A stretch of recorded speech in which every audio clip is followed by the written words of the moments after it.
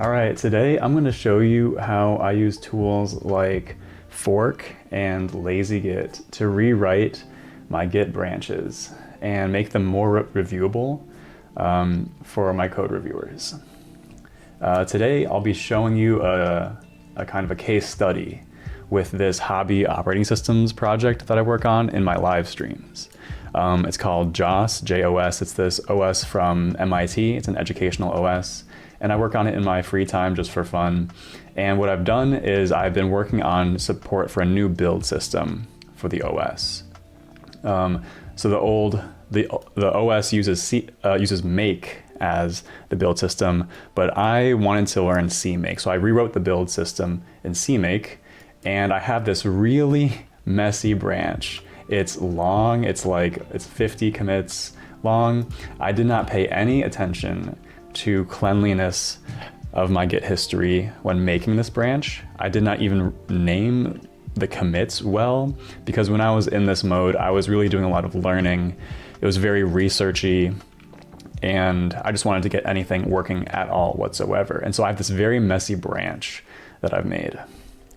And what I'm going to show today is how we go through, or how I would go through this and clean it up and convert this messy branch into a more clean, production-ready branch that can actually be code reviewed by, for example, a coworker. Because let's say I didn't do that, and let's say I was working with other people on this code.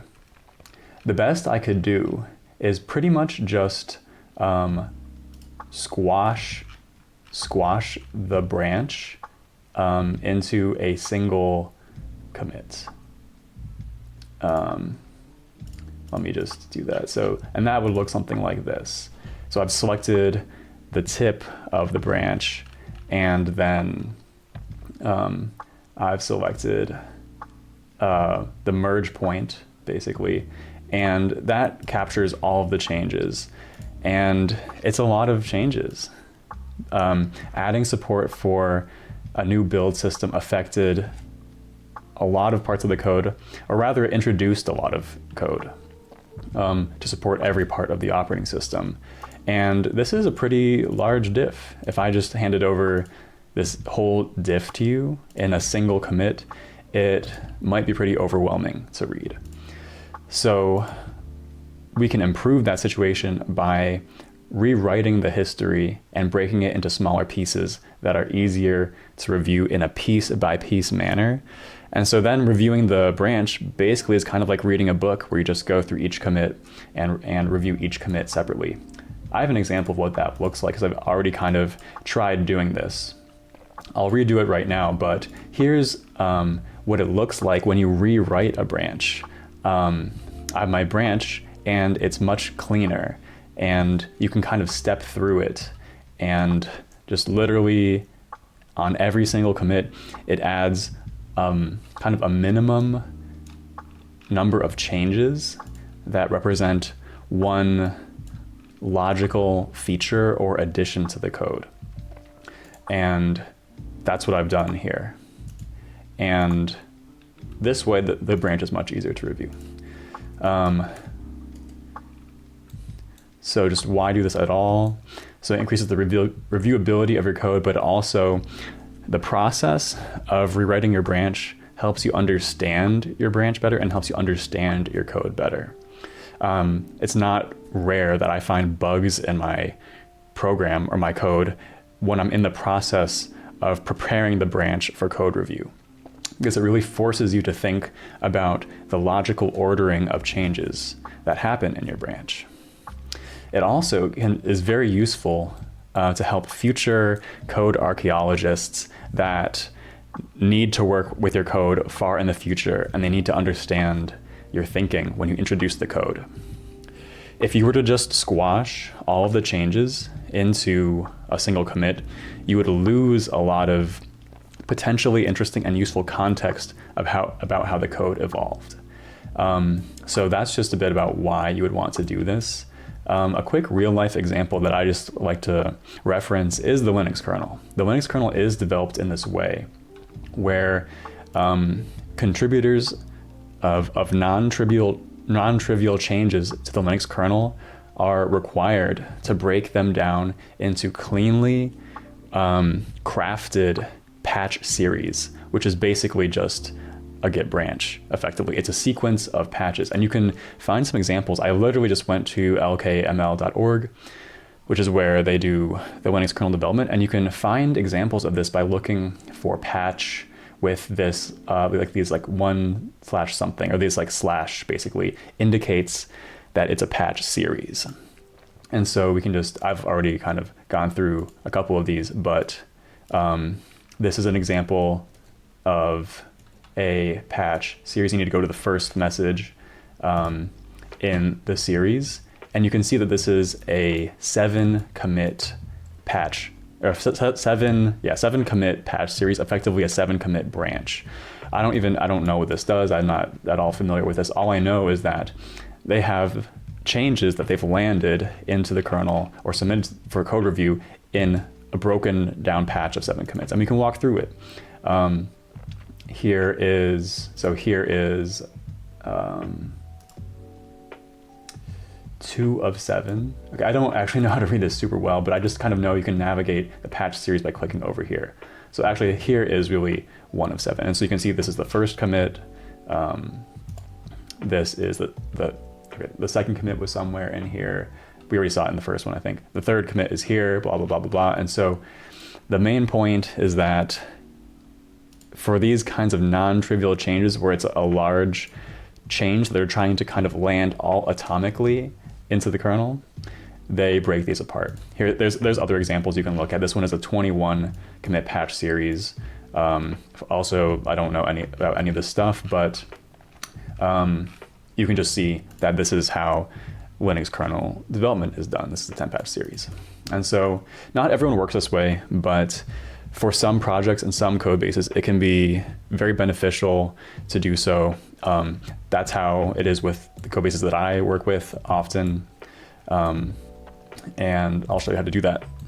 The tools I use for doing this, first off, I use GUI tools. I don't use command line tools. And so what I'll be doing in this rewrite is I'll be doing a lot of kind of surgical staging and committing, and surgically selecting lines of code to separate them out into distinct commits. And the way you do that on the command line is with git add -p, and you get this command line interface for doing this. And personally, that's not how I work. I could never work like that, I think. I use GUI tools for this because they often offer nice drag and drop interfaces. Again, maybe a bit of a personal preference, but you can see how I work and see how fast I can go with a nice drag and drop interface. I'm on a Mac. I like this tool called Fork, which is the one I was showing you just now. It has a nice modern UI, and the drag and drop is really smooth. I also use a tool called LazyGit, which is an extremely powerful Git client. It's a terminal Git client, but it has a terminal user interface, so it's like a graphical interface. This is what it looks like. And it is extremely powerful, especially for doing rewriting of your history. It supports amending from your staging tree into arbitrary commits back into your history, not just the most recent one. You can splice changes out of arbitrary commits, arbitrary far back, into new commits. You can split commits, you can reorder things. It is extremely powerful. Okay, so now we have the entire branch squashed into one single commit that's sitting in the cmake2 thing on top of the dev branch. And our goal here is to split this huge diff into a sequence of isolated commits that are reviewable. And here's how I'm going to do this. So first, I'm going to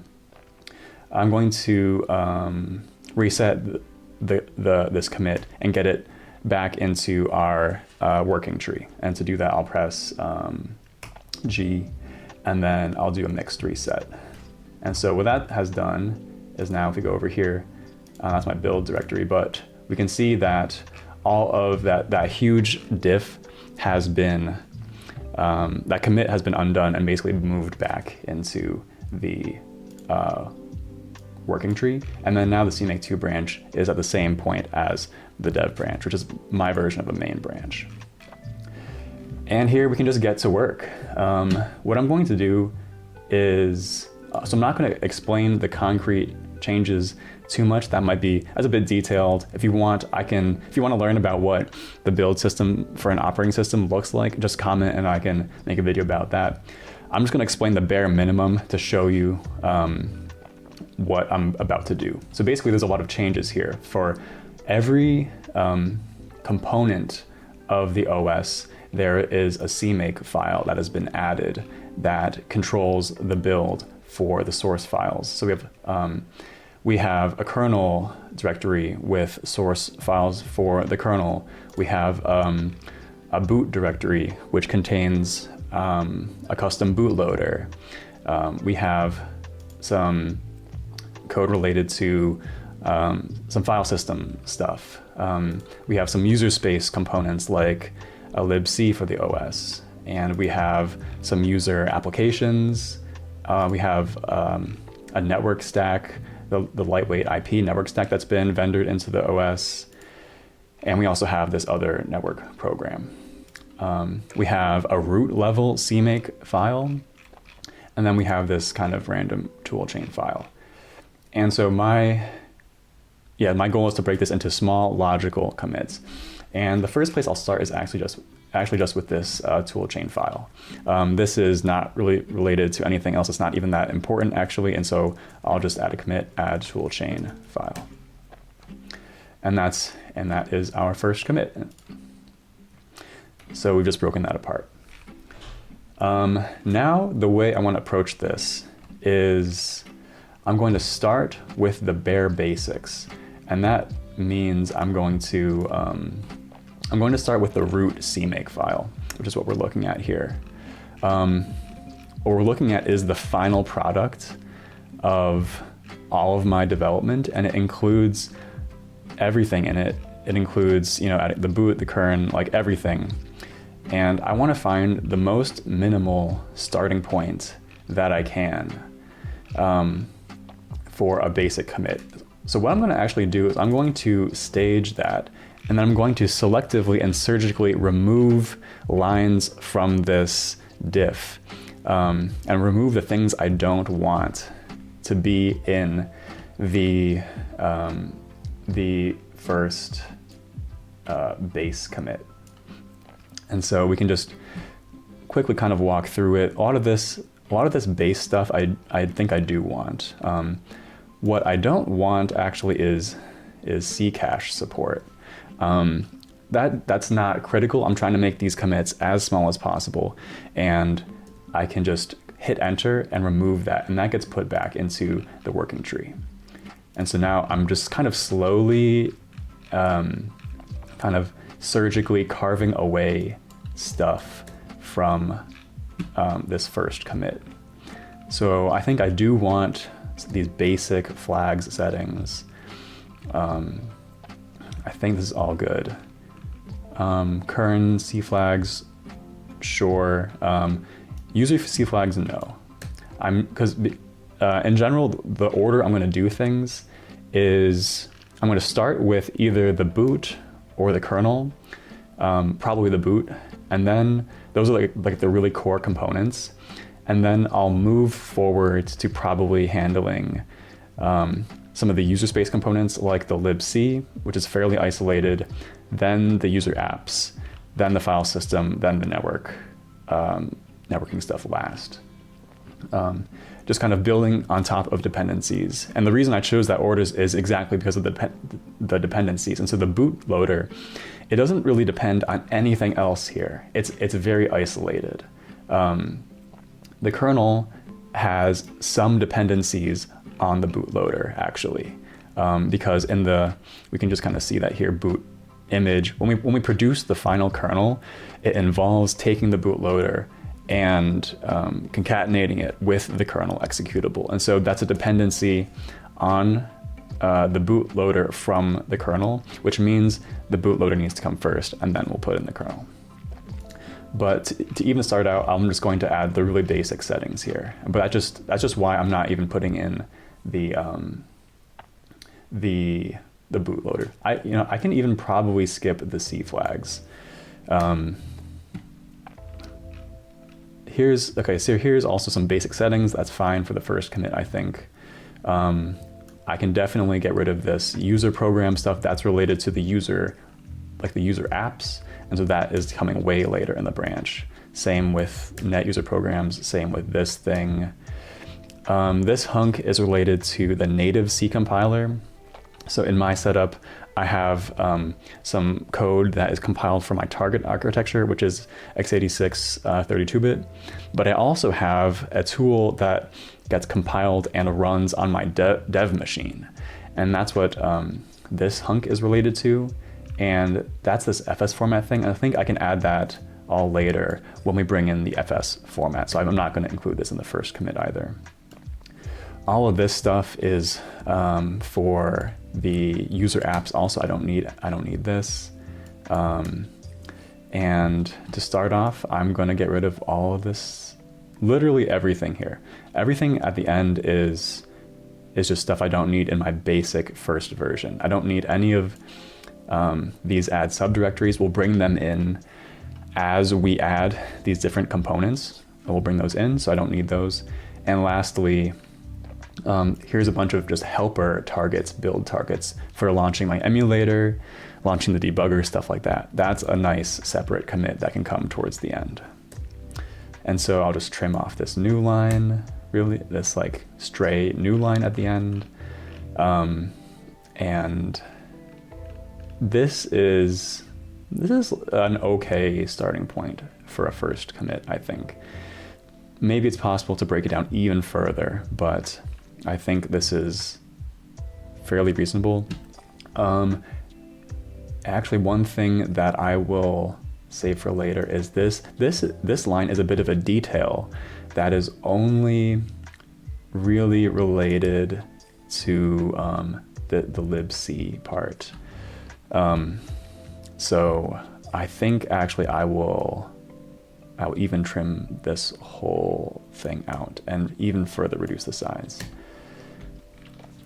So one little side note I want to also mention is that in the most extreme version of what we're doing here with rewriting the branch into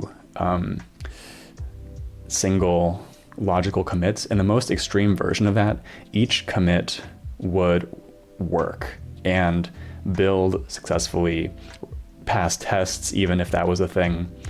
That's the most extreme version. That can be a little bit tricky to accomplish. Making sure that really every single commit builds and totally works along the way.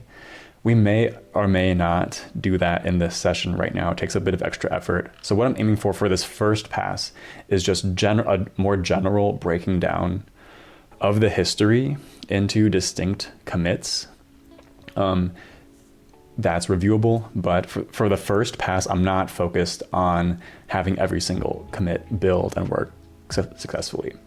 If I want to go to that level of rigor, I can do that as a second pass after, which will take a bit more history rewriting, probably. Okay, so we have a basic version of our first commit. So I'll just add root c make lists dot text, and I'll commit that. And so here is what our branch looks like so far, just 2 commits. Add the toolchain file, and then add a really ultra minimal root cmake lists that does not actually add any build targets yet. And then we can start with our first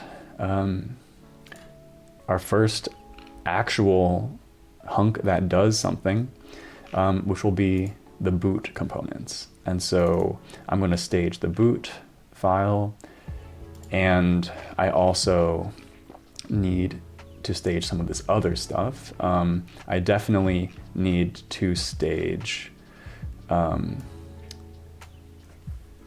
add subdirectory, because I want to make this commit build ideally if possible. And so at a minimum, I'm going to need this add subdirectory, I'm also realizing I probably want this new line above there. So I'll just bring that in. So now we have, no, there was 2 new lines, okay. So now we have a new line and this thing, and then now let's take a look. We have our bootloader build files. And what I'm checking for right now is if there's any dependencies on anything else, like on the kernel or like on other stuff. But as I said before, excuse me, the bootloader does not really have other dependencies, which makes it a perfect candidate for a nice, isolated, small chunk to add first.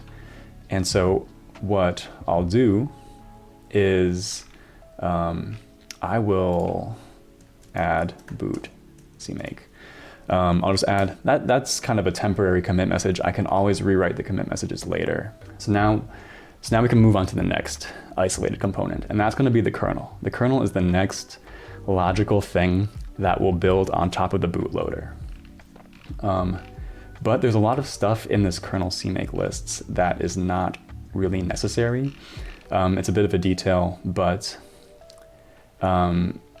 we build all these user applications, and they actually get linked into the kernel as binary blobs, and that's for kind of that's for if there's no file system.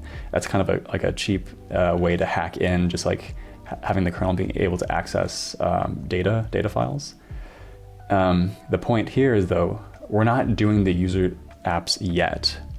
We're only doing the minimal amount of kernel support needed to just build only the kernel, and that's it. So I'm going to carve away all of that support for building user apps into the kernel, because at this point in the history, there are no user apps at all yet.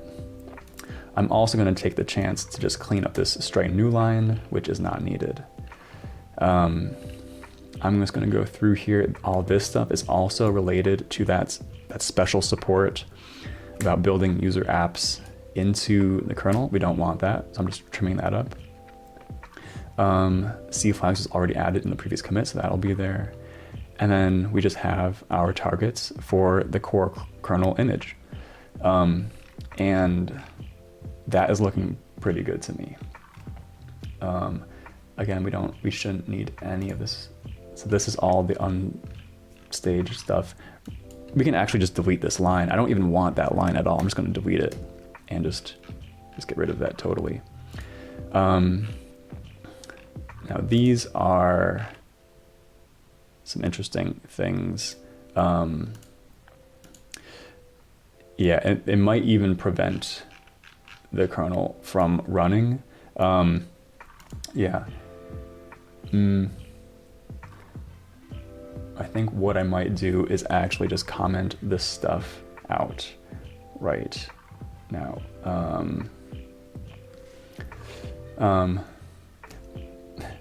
Actually, you know what? For the sake of time, I won't do that because it's not really critical. It's very much of a detail. I'm just going to keep it moving with the core stuff. This, yeah. So this is related to like accessing those binary objects that have been linked into the kernel. At this point in the history, we don't have those, and so the kernel is going to fail to build because it's not going to be able to access these externs. You know what? Wait, I'm just going to do it. It's not that hard. Extern.c binary. I'm just going to comment out. I'm just going to comment out this whole chunk, and the other part is m.h binary. I'm just going to comment this out.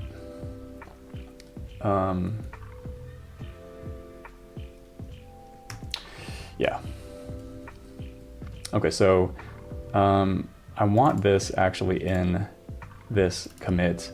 If we now I have this, I believe it should keep the kernel building, because now it's not going to try to access these symbols that don't exist yet. So there's this init thing too. That's actually kind of unrelated. That's kind of like a spurious thing that's even unrelated to this whole branch even. So I'm not going to commit that. That can even be dropped. So I'm adding the user space libc, which is down here. And I need to do whatever it takes to enable it. And actually that's going to be this whole thing with the libgcc and user c flags. This uses user c flags, so we need to bring that in. And we also need to kind of revert that gcc lib tweak I did to this line. So let's just go ahead and do that. And that was right here. Maybe there would have been some way to not have to manually type this out, but just, yeah, just for the moment, that's what I'm going to do.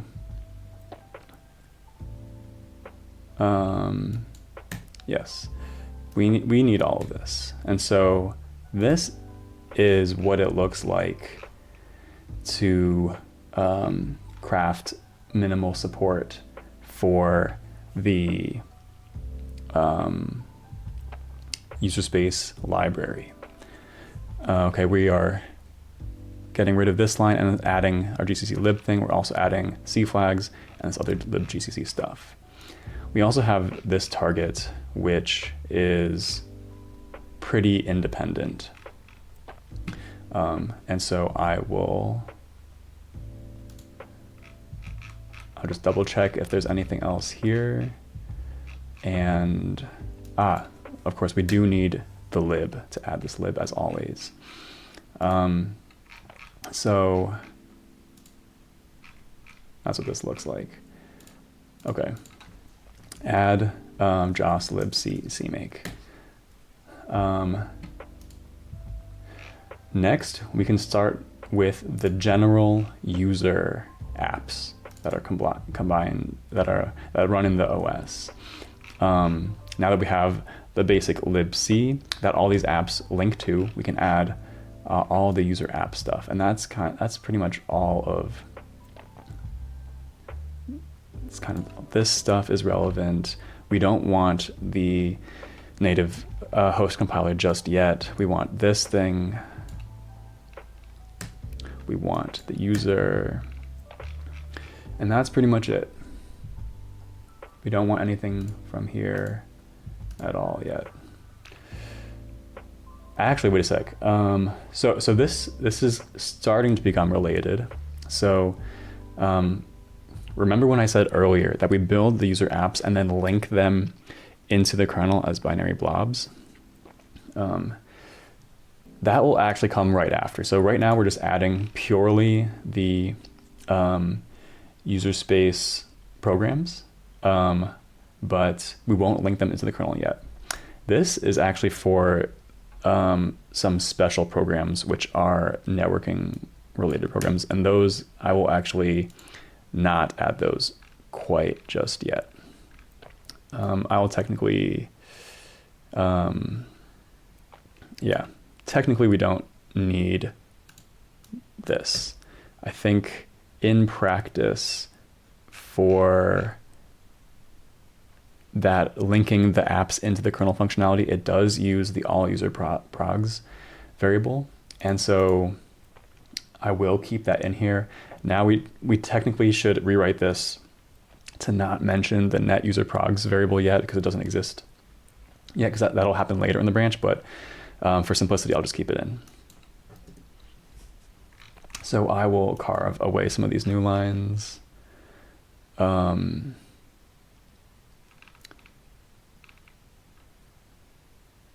I'll carve with new lines, and that also looks like a reasonable next chunk here.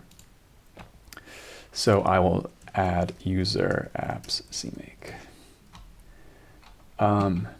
Next up, I think, yeah, I'm going to add all the support for linking the user apps into the kernel. And I'm going to skip these 2 lines. These are not for now because those we haven't done yet. We haven't done the FS or the net ones yet. We've only done the main user apps. And then we need this hunk for that also. Okay.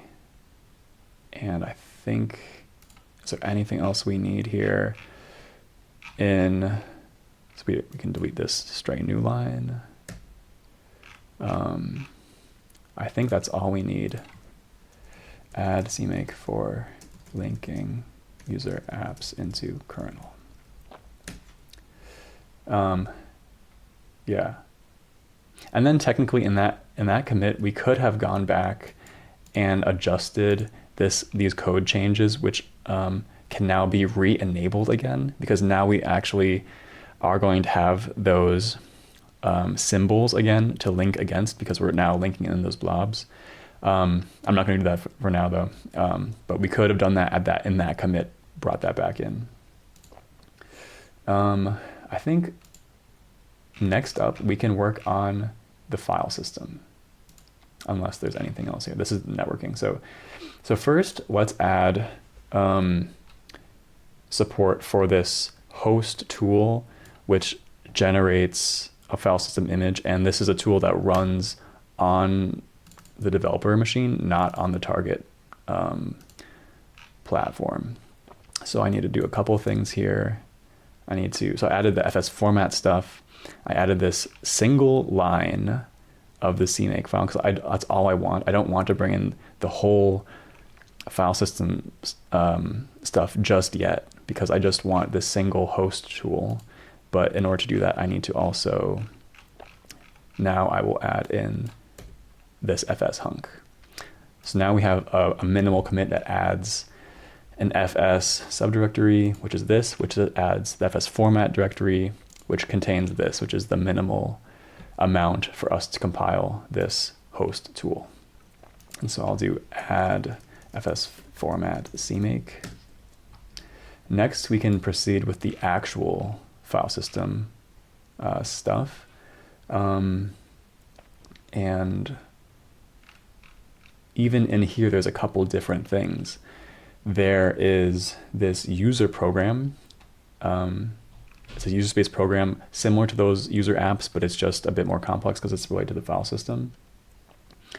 And what I think it would make sense to add this separately, because the rest of this code is related to constructing a file system image that contains a bunch of files in it, including some user apps. We've already done some of the user apps though, so I think it would make sense to do this as a separate commit. I think I'll add. So now this line becomes active because we're adding this fs. So this thing adds the fs program. And then this is going to link it into the kernel and build on the previous support that we had for it, for linking user apps into the kernel. This is all networking stuff that we don't care about. This is all networking stuff we don't care about. And we do need that. Actually, no, I forgot one thing that's unfortunate. I actually needed this hunk to go into that fsformat commit. So this will be a good chance to show using lazygit actually, because it's a bit farther back in the history now, and I don't want to unstage this and redo that all over again. So what I will do is add fsapp CMake. I'll add that as a commit. And then now what I'll do is I'll stage this hunk. I'll go into lazygit, and then I'll select the add fsformat commit, and I'll do capital A to amend that all the way back into that commit. That's not something you can easily do with the Git client as far as I know. I think with the Git command line client, I think you would need to manually rebase back to that point in order to do that. But with lazygit, you can do that in one action, which is really nice. So let's just check out what our branch looks like. We have add toolchain file, root CMake lists, add boot, add kernel, add ignore, which kind of doesn't make sense. That can be dropped even potentially. Add the libc, add the user apps which build on the libc, add the support for building the user apps into the kernel, add this isolated host tool, add the file system app. We're almost nearing the end. And what we can do now is add the actual file system image, and that is going to be this thing. That's all of this stuff. It's the stuff that adds the file system image target. And technically we can even break this up further. So there's the fs image, and there's the clean fs image. The clean fs image is the kind of the freshly compiled one, and then it's copied into the actual fs image, which is mounted by the OS and potentially mutated. And so we keep a clean one and another one in case we ever want the original state of that. So I'll just, this is dependent on the user app stuff, which already exists in the history. So I'll add clean fs image CMake, and then I'll add this as a separate commit.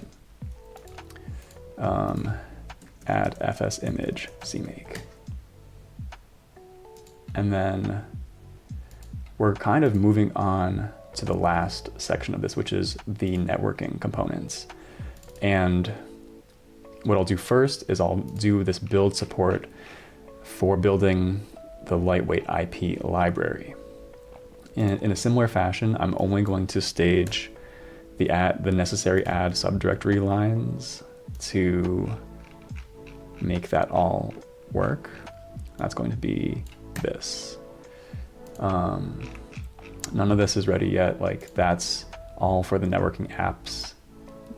And so I think this is pretty much what we need. We have a hunk that brings in the net directory, a hunk that brings in the LWIP directory, and then the actual LWIP build file, which doesn't depend on anything that hasn't been added yet. So add IP CMake. And then very close to the end here, what we can now do is add this is like this is the main networking user program. There's also a couple other networking user programs.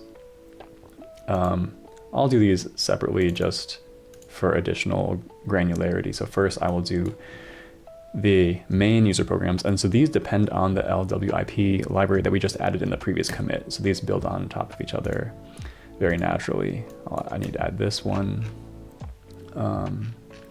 Still nothing here that we need. This is separate. So I think this is all that we need for these networking related user programs, which are different from the normal user programs. So add net user apps CMake. Coming to the end, now we'll just add support for this final NS user app. Still nothing here is needed. And add net NS app CMake. And then we kind of have some final miscellaneous stuff. Like I said, this is a bit of a stray hunk, actually not even really that relevant to this branch. And we have some other stuff. So I can add the Ccache support now, add Ccache support to build. And then lastly, I'll add all of our QEMU and GTP helpers CMake. So that's just me showing you what it's like to rewrite my Git commit. It took a little bit of time, and it's not always the quickest process, but it produces a much more reviewable Git history than you would have otherwise. And this can be a huge help for people that are reviewing your code. And if you ever want to contribute to the Linux kernel one day, you might need to do something similar to this. So thanks a lot for watching, and we'll see you next time. Peace.